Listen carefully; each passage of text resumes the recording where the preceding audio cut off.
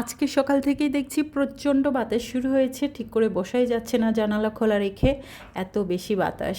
এদিকে একটা গোলাপ ব্যাগ বানানো শুরু করে দিয়েছি, কিন্তু কিছুতেই আমি তাতে সময় দিতে পারছিলাম না। আসলে মেয়ের পরীক্ষা স্টার্ট হয়ে গিয়েছে তো, যার জন্য আমি আর এইসব কাজে সময় দিতে পারছিলাম না একদমই। আর আজকে যেহেতু ওর লাস্ট পরীক্ষা ছিল, তো আমারও টেনশন কম, তো ভাবলাম যে তাহলে শুরু করে দিই। এখন একটু দেখাই, দেখুন এতদূর পর্যন্ত করেছি, আর ওয়েদারটা একটু দেখাই দেখুন।